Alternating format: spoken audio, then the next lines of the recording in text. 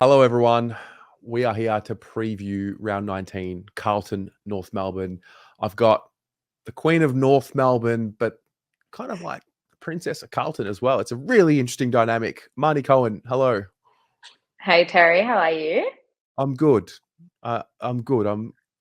That's a really That was a interesting that was a introduction. great intro. That was a great intro, and I'll absolutely take that in my stride. Thank you.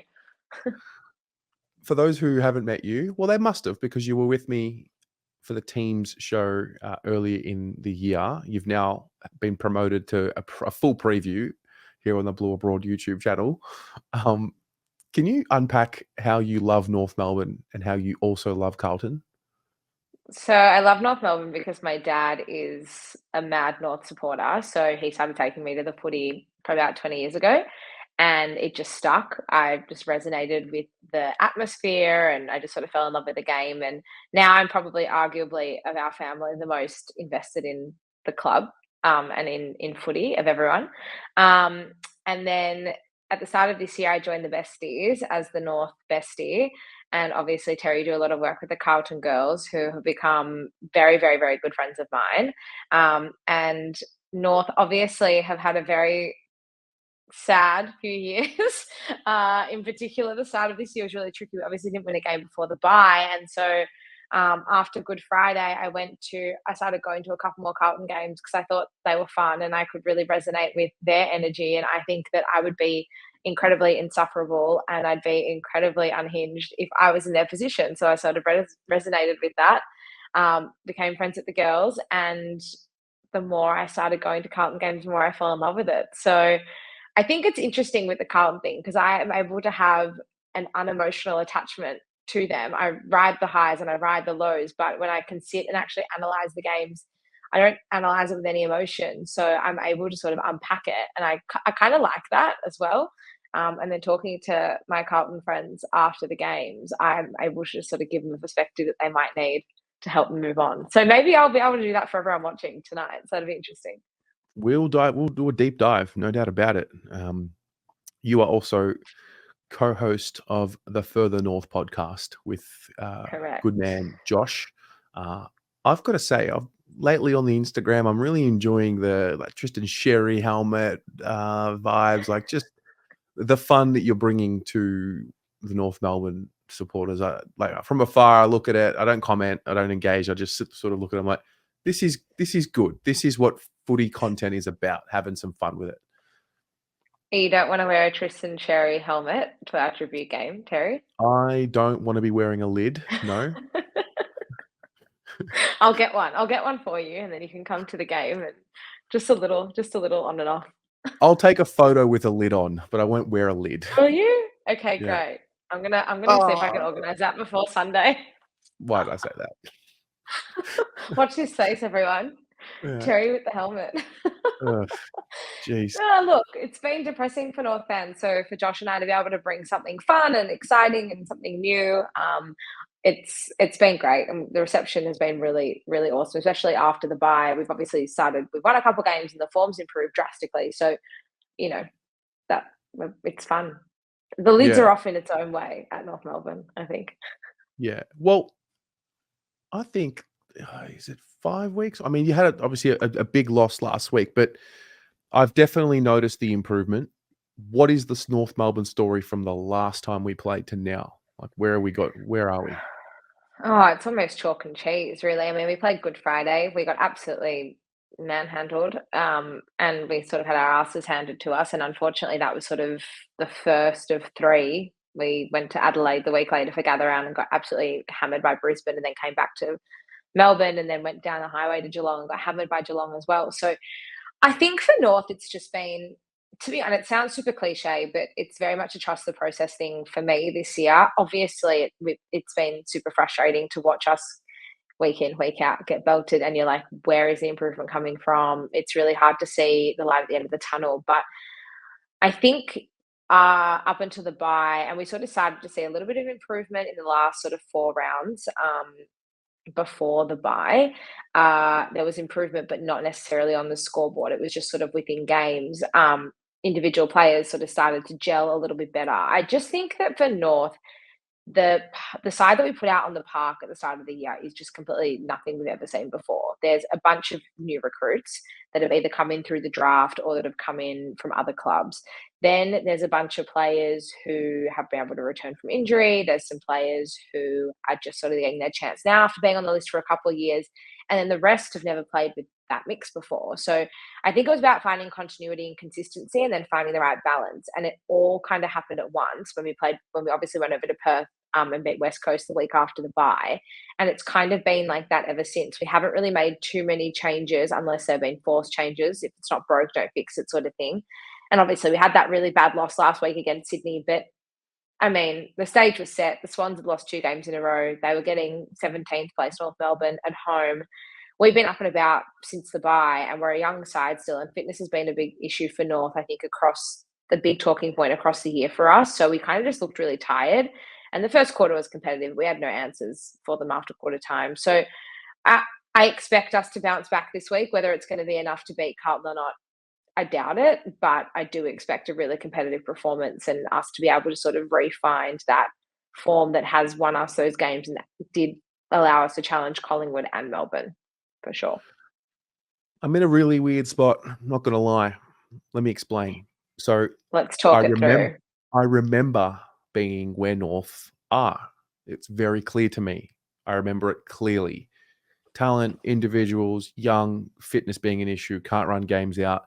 So in my head, it's like I understand that we're coming up against what we used to be, but I'm also mindful that the second you start thinking that it's just a given and you're going to beat a team just because you think that you're further along in the process than them, that is the dangerous mentality. That is not a winner's mentality. So, like, I want to be confident, but I don't want to disregard North, and I mean, as a fan, I'm confident, but I mean more so the playing group, and they would probably feel that as well. They've been along this journey. So I'm just mindful. I don't think we're going to lose, but it's footy and anything can happen.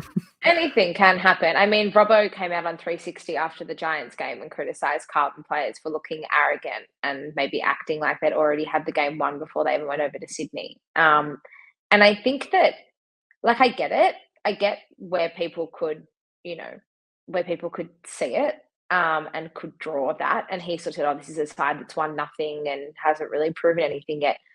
Fucking Richmond in 2017 hadn't proven anything up until the point of winning the premiership. Like, yeah. I hate that narrative so much. And I actually tweeted about that. And I was like, I just hate that narrative. From a fan's perspective, let the fans enjoy it. Any form of success should be celebrated. I think tall poppy syndrome just runs riot across this country. And in the AFL is, don't get ahead of yourself. Just enjoy it. Like, just enjoy it. Like, North have had, a little bit of success in my lifetime. I was really, really young when we won the premierships in the 90s, but in the mid 2000s, we had a couple of really strong seasons. And then 2014, 15 and 16, we made finals 3 years in a row and made a couple of prelims. And I'd do anything just to see us get anywhere close to that anytime soon. And you can never take any of that stuff for granted. Obviously, everyone wants to win a premiership, but why can't you enjoy the ride for what it is? You know what I mean? So walking in to, play North at 4:40 on Sunday, by going in and saying, oh, we should win this, that's not disrespectful. That's acknowledging where both sides are at. That's being able to appreciate and enjoy what Carlton's been able to put together so far this season. And that's knowing and trusting in your gut that you're a genuine premiership contender, and a genuine premiership contender should be winning this game by 10 goals or more. Yeah. To be honest, despite the fact that we have been up and about. Look what Sydney did to us last week. It's a carbon copy. You've lost 2 games in a row. You've got something to prove, especially on the back of last week's. The performance against the Dogs wasn't that bad. You were just outplayed. But the whole thing about Cripper and the narrative around that is, that you now have something to prove this week and your back's kind of up against the wall. So you should come out and really hand it to us. And that is not the delusional Marni. That is the realistic Marni speaking.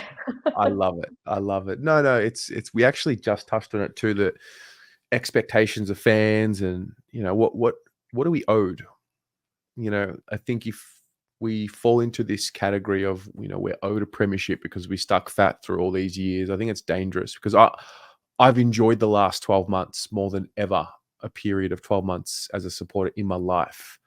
Now, we haven't won a premiership in that 12 months, but I've still enjoyed it more than anything. Yeah, Like, it's literally been bliss. yeah. And hopefully more to come, and a premiership would be awesome. But I've evolved at some point over the years to thinking that I was owed a premiership because I'm a supporter. Like, it would be awesome, but then realizing you're owed nothing in this life. No, unfortunately, you're not. And you Mm, just, and that's why you need to cherish every moment for what it is, whether it's a routine win against North or whether it's a great win against Geelong like you had a few weeks ago, or whether it's that thrilling win against Melbourne at the MCG and a pissing down cold Thursday night. You know, uh, you've got to take it all. You have to yeah, celebrate it all, and you really you aren't owed anything, and nothing's guaranteed in this lifetime. And so, no matter what kind of supporter you are, at what stage, you know, you just have to appreciate it and enjoy it.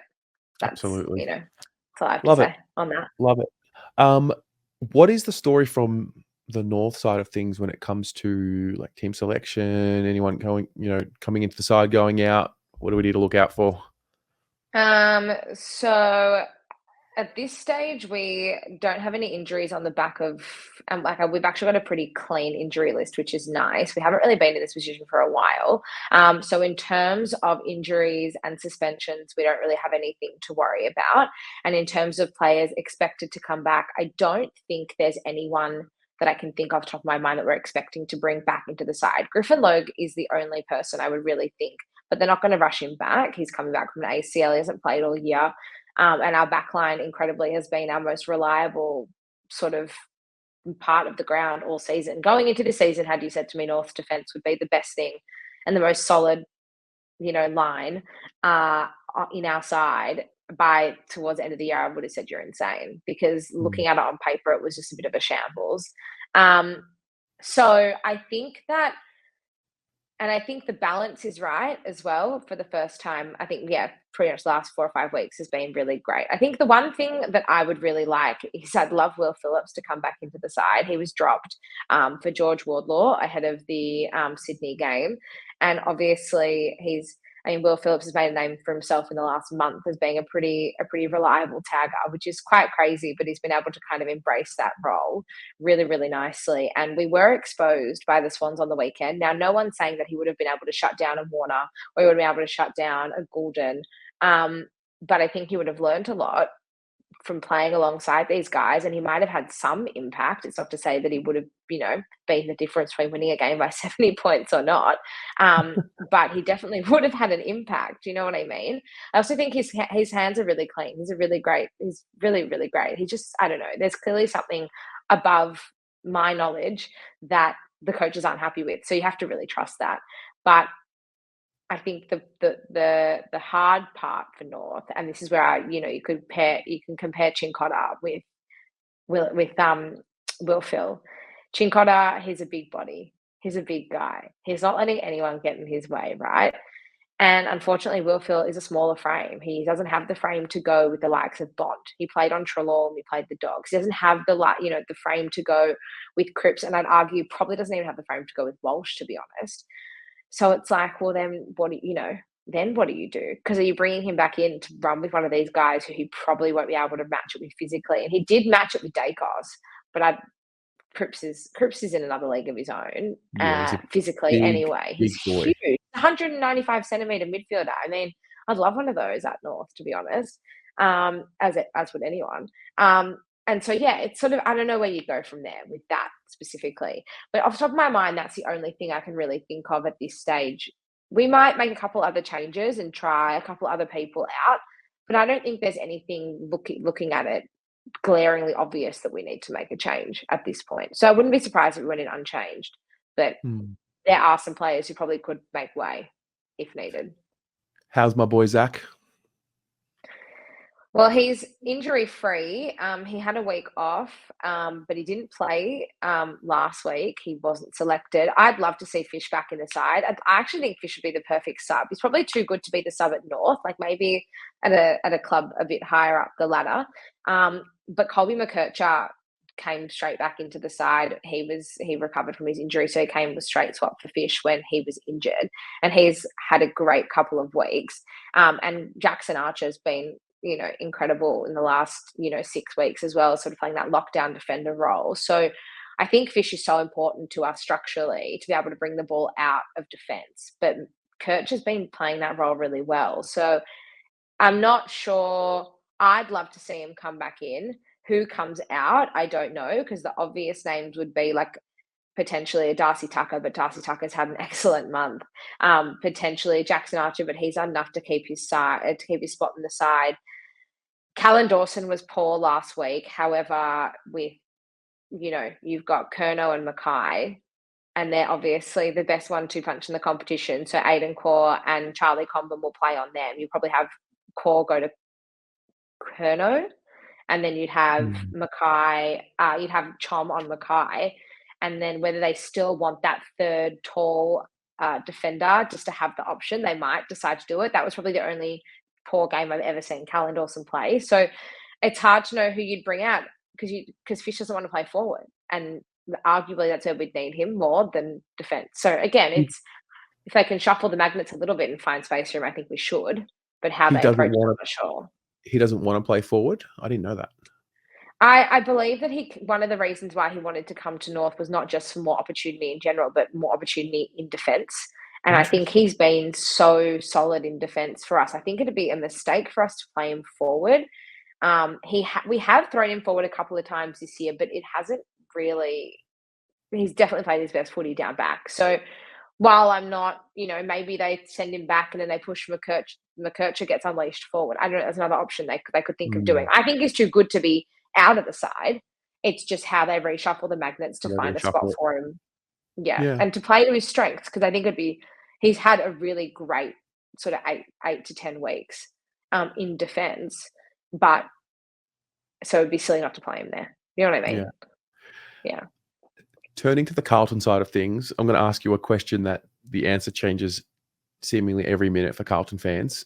From your point of view, is it 1 ruck or is it 2 rucks? You have to play 2 rucks against Sherry because he will absolutely demolish Tom De Koning. Like, I think physically imposing, he's a real old school ruckman. So when you're looking at it from North's perspective, like I think personally, TDK rucking by himself is actually been where Carlton's looked most dangerous this season. Having watched both combos. However, I think up against Sherry, you'd be silly to leave Pitt out of the side because I just think Sherry's huge. He's incredibly physical. He throws his weight around. He tackles really Tackles hard. a lot. And he's a very strong contested mark as well. Now he's added all these elements to his game as the season's gone on. So we have a second ruck as well. So we have Bryn Teakle who plays that forward ruck, sort of, and gives Sherry a bit of a break when needed. And he's pretty agile, and I think that TDK could probably match him, no doubt. But Sherry will take 90% of the ruck, contests. And I just think that in this specific, you've got to. I don't think there's an answer for it. I think it's depending on your opposition. And in this instance, this week, I think you've got to play both of them together. I'd be very surprised if they just went for the one. Yeah, no, I'm with you. I find myself sticking up for Pitto because there can be this campaign against him. I think when we are at our most lethal, it's when Tom is taking the reins. I know he's taken a step forward this year, but he's just got there's like a little bit more to go. And we have a luxury with Pitto that we can keep Tom fresh. And there's probably 4 or 5, maybe 6 opposition rucks that I want Pitto in, and Sherry's one of them. Briggs is another. Vaughan's another. These old school types where you don't need to be. If you can limit the amount of hits that Tom De Koning gets leading into a final series and have him as fresh as possible, that's where I think we're going to see the fruits of that. I think so, and I think look, obviously the proof's in the pudding that he's not 100% ready yet, but I mean, resting him against the Giants, in a season or 2 seasons time, he's playing every game and you don't need to rest him. So it's obvious that he'll get there, and he's obviously got the talent as well. But the decision to, and the luxury to be able to rest him, as we're approaching September, is great. And I'm sure every club wishes they had the luxury to do that, and wish they had a reliable second ruckman who you knew would be able to get the job done. But I just think on the flip side of that, in this instance, it says to me they have to go with two ruckmen, Mm, 100% in I this like game. it. And I'd be Yeah, surprised if they don't. I like it. I like it a lot. From my end, I sense, I sense it's time for Jesse Motlop, and I sense it's time for a bit of George Hewitt because of his defensive Definitely George Hewitt. I can't. He mindedness. should not play VFL again this year. There's no No, chance. He no. can't. He's too important. It's crazy. It's crazy that he even was. I mean, when I saw he was an emergency for a few weeks, I thought, okay, wow, we've really evolved as a club when George Hewitt's an emergency. But I think with Chincotta tagging, it's added a different element to thinking around stoppages and who's there and what the Yeah. mix looks like. Like, Yeah. love Chincotta, love what he does. I think there's a spot for him. I don't know if it's taking away from what happens at stoppage, though, because you've got a tagger, and that means you can't fit Hewitt there because Yeah. I don't know. Chera and Walsh just haven't really clicked since Chera came back just yet. So Chera hasn't really looked that good, to be like, he's been quite underwhelming. I know played 3 games now since coming back from injury, but I mean, I was at the Richmond game and yeah. yeah, And if he still hasn't, if he's still like, after 3 weeks, especially someone of his athletic ability, and he's not old, he's a young guy. So for me, if he's not hitting it at the moment, that's a bit of a worry, in my opinion, anyway. And you'd yeah, rather, yeah. I No, know he's obviously in your best 23, and I don't think you can deny him of that. But then on the flip side, you can't deny someone who's banging the door down for opportunity. Like, you've got to play. You've got to play Hewitt. Like, there's no way that you can leave him out. I don't think. He deserves yeah, to play, and that's what you want, I think. And the other thing, right? Is Carlton's obviously lost 2 games now on the trot, right? You've done it kind of in the perfect timing, in a weird way, because now you can shuffle the magnets around and you can play different players in different positions, and you can just fine tune what you need to fine tune before September, because you don't want to have this issue come September. Like, you want to have this issue now in mid July so you can rectify it in time for September and make sure your totally. best 23 is on the park, bar injuries and suspension. But I don't, yeah, it's frustrating because Carlton fans, I can imagine, are sitting here and thinking, we're so close to it. Are we letting go? Sydney just lost 2 games in a row before they belted us this week. I don't think there was panic stations there. You've got to trust the process, and you've got to trust that this is happening to you now, so you Yeah. can fine tune it for 6 weeks' time. Do you know what I mean? Hey, you have to preach to me about the process. I'm all in on it. There you go. There you Hey, go. let's paint the picture on Sunday. So, what is the story going to be on Sunday? How does the game play out? So North will be competitive for the first half. Whether I think there'll be a few goals in it by halftime, give or take. Like, I don't think it's unreasonable to say that North could take a lead to halftime. It wouldn't be anything crazy. Like, it wouldn't be anything like the Collingwood game, I don't think. But Carlton do this thing that North cannot combat, and that is, we cannot stop the bleeding. And Um, Carlton can have a 10 to 15-minute patch of madness. I saw it against Essendon and I saw it against Richmond, where they can slam on 6, 7, 8 goals in 15 minutes and the game's over. And I'm 99% sure that is exactly what's going to happen. 5 to 10 minutes into the third quarter, Carlton will just turn it on. And then I think look, realistically speaking, we should be able to keep this within 6 or 7 goals, I think. Whether that happens or not, I don't know. Maybe Carlton will then put the cue in the rack going into the fourth quarter, like the Bulldogs did against us a few weeks ago, and we'll end up, the margin was 17 points in that game, so we could bring it back to 3 or 4 goals. But it definitely won't be anything like Good Friday. But I just think that it won't take much. I think Carlton will probably just cruise for most of the game, and they'll only need 10 to 15 minutes to put us away. hmm. Yeah, I was talking. Unfortunately for me, but fortunately Yeah. for you guys. So you're wearing the lids this Sunday? No, against Richmond. Oh, against Richmond. Okay. That's our Um, last home game for the year in Melbourne, so we'll be wearing it then for those interesting. who wanna Okay. come. For those who Okay. wanna come and show their support. And then we can all walk to Carlton Collingwood together down the road. Okay. I'll consider it. I probably won't come. It's alright, I got what, 2 weeks to work on you? Yeah. You got some time. I think I see it similar. I see a frustration. Um, I see a frustration from the Carlton side of things because North will be, hanging around and we'll be waiting. It's like, when are they going to turn it on? I'm also learning that I shouldn't be just relying on that switch to be flicked. So, No. no, I am very confident that we are a better team and we'll account for that. So I'm gonna say, oof, gonna say there's gonna be a little bit of commentary around Charlie Curno's free kicks this week. I think he's gonna play very well. A repeat of Good Friday. I I think better there not make might be any a bit of a outlandish dummy comments spit. on the pod because then Terry will come with me with the receipts.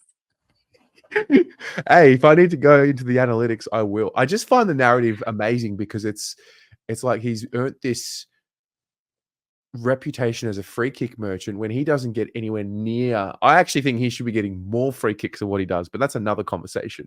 And I think we all think that about our key forwards. I Yeah, definitely could say yeah, the same about Nikolaki for sure. yeah. So Nick Larkey was in the naughty corner with me, but I've forgiven him and put him back on the thumbnail. So yeah, I'm sure he'll appreciate that. I'll let him yeah. I'm know. sure he watches. I'm sure he tunes in. I'm sure he does. Who wouldn't? Yeah. Marnie Cohen, it's been a pleasure. Thanks for your time. Thank you for having me. I'm not going to wish you I'll too much luck on Sunday, but good luck for the rest of the year. I'm just looking forward, like, I'm excited for Sunday and I'm looking forward for it being over so that I can jump back on the Baggers bandwagon and then ride out what's left of North's season and then get ready for the big September. Amazing. Never thought I'd Well, be saying that 3 months ago. go Blues. Go Blues.